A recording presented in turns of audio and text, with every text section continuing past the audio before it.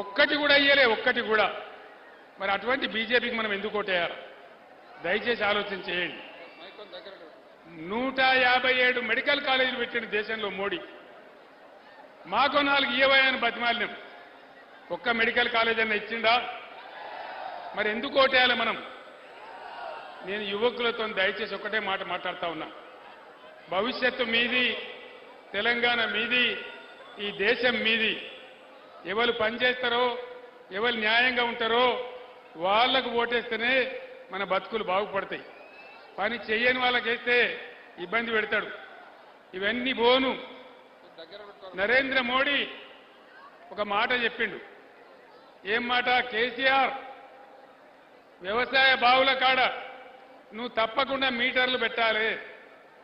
మీటర్లు పెట్టకపోతే సంవత్సరానికి 5,000 కోట్ల గ్రాంట్ ఏదైతే ఉందో దాన్ని బంద్ చేస్తా అని చెప్పినాడు. నేను చెప్పిన నరేంద్ర మోడీ, నా ప్రాణం పోయినా నా తలకాయ దిగినా నేను మీటర్లు పెట్టా అని చెప్పిన. మీటర్లు పెట్టానా?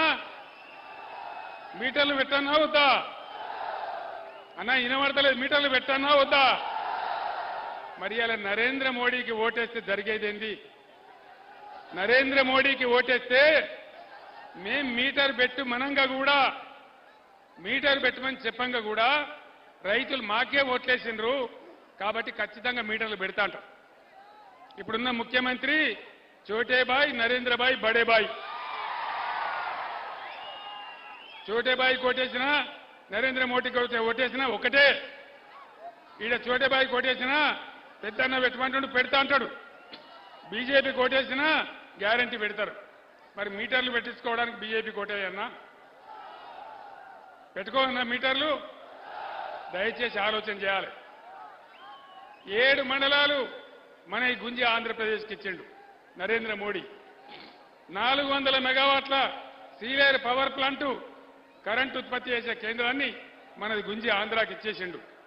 మరి ఇటువంటి నరేంద్ర మోడీకి ఎందుకు మనం ఓటేయాలి?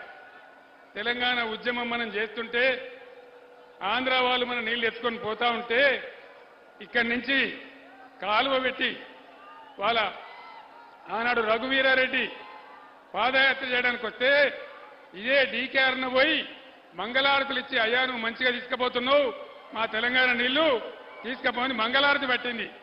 ఈమెకే మనం ఓటేయన్నా? దయచేసి ఆలోచన చేయాలి. డీకేఆర్నకు ఓటేయడం అంటే ఏంది? వీళ్ళు మనకు అక్కరకు రాని చుట్టాలు. ఈ బీజేపీ అక్కరకు రాని చుట్టము, మొక్కిన వరం ఇయని వేల్పు, మోవరమునదాని ఎక్కిన బారిన గుర్రము, గ్రక్కున విడువంగ వాళ్ళవి అని చెప్పింది. మరి అదేవిధంగా ఎందుకు భారతీయ జనతా పార్టీకి మనం ఓటేయాలి? దయచేసి ఆలోచన చేయండి. మన కన్ను మనమే ఒడుచుకుందామా? మనకు విషయం ఇస్తే మనమే తాగుదామా? దయచేసి ఆలోచన చేయండి. నేను మీ అందరినీ ప్రార్థించేది ఒకటే. ఇవాళ వీళ్ళు వాళ్ళు అందరూ కూడా ఎవరు మనకేం చేయలే. ఇక కాంగ్రెస్ గవర్నమెంట్ 5 నెలలే వచ్చి ఏం చెప్పింది అన్నాడు? మాకు ఓటేస్తే మొత్తం నిమిషాల మీద, క్షణాల మీద చేస్తామని చెప్పింది. రైతు బంధు వచ్చిందా అందరికీ? వినబడతలేదన్నా? రైతు బంధు వచ్చిందా? ఇగో ఇది కేసీఆర్ 5,000 ఇస్తాడు, కేసీఆర్ 10,000 ఇస్తాడు, నేను 15,000 ఇస్తా. వచ్చినాయా 15,000? 2 లక్షల రుణమాఫీ అయ్యిందా? గోవిందనేనా? గ్యారంటీగా. వడ్లకు బోనస్ ఇస్తాను రా, వడ్లకు బోనస్ 500 రూపాయలు ఇస్తాను రా. ఆడపిల్లలకు స్కూటర్లు కొనిస్తామన్నారు, కొనిచ్చిండ్రా? స్కూటీలు రాలే, కానీ లూటీలు అయితే వస్తున్నాయి. కళ్యాణ లక్ష్మి కేసీఆర్ బట్టి 1,00,000 రూపాయలు ఇస్తాడు. నేనైతే తులం బంగారం కల్పిస్తాడు. తులం బంగారం వచ్చిందా? ఎవరికి రాలే. మహిళలకు 2,500 వచ్చినాయా? ఆసరా పింఛన్ 2,000 పోయి 4,000 అయిందా? ఇవి కాకుండా మిత్రులారా, రెసిడెన్షియల్ స్కూలు పెట్టినాం. అక్కడ 4 విద్యార్థులు చచ్చిపోయినరు.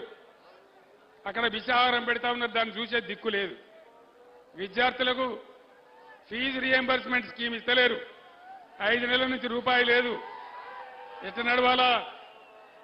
మనం అప్పుడు 20 లక్షల స్కాలర్షిప్ పెట్టాం. అంబేద్కర్ ఓవర్సీస్ స్కాలర్షిప్ 5 నెలల నుంచి బంద్ పెట్టారు. ఎందుకు బంద్ పెట్టాలా? ఈ విధంగా ప్రతి విషయంలో మోసం, ప్రతి స్కీమ్లో దగా, అన్ని రకాలుగా మనం నాశనం చేస్తా ఉన్నారు. చేనేత కార్మికులు ఉన్నారు, వాళ్ళకు రూపాయి ఇస్తలేరు. థ్రిఫ్ట్ స్కీమ్ బంద్ చేసిండ్రు. 50% రంగులు, రసాయనాలు, నూలు బంద్ చేసిండ్రు. మొత్తం అన్ని రకాలుగా చాలా భయంకరమైన బాధలు పెడతా ఉన్నారు. నేను అనేది ఏంటంటే, నా ప్రాణం ఉన్నంత వరకు నా కళ్ళ ముందటనే తెలంగాణని నాశనం చేస్తామంటే కేసీఆర్ యుద్ధం చేస్తాడు తప్ప నిద్ర పోడు అని చెప్పి నేను మనవి చేస్తాం. ఆనాడంతా కష్టపడి నా ప్రాణాలకు తెగించి నేను చచ్చిపోయినా పర్వాలేదని ఆమరణ నిరాహార దీక్ష చేసి మీ అందరి తోడుగా నేను ఆనాడు తెలంగాణ తెచ్చిన. తెలంగాణ నా కళ్ళ ముందటనే నాశనం అయిపోతే చూస్తూ ఊరుకోవన్నా? యుద్ధం చేద్దామా? చూస్తూ ఊరుకుందామా? యుద్ధం చేద్దామా? కొట్లాడదామా?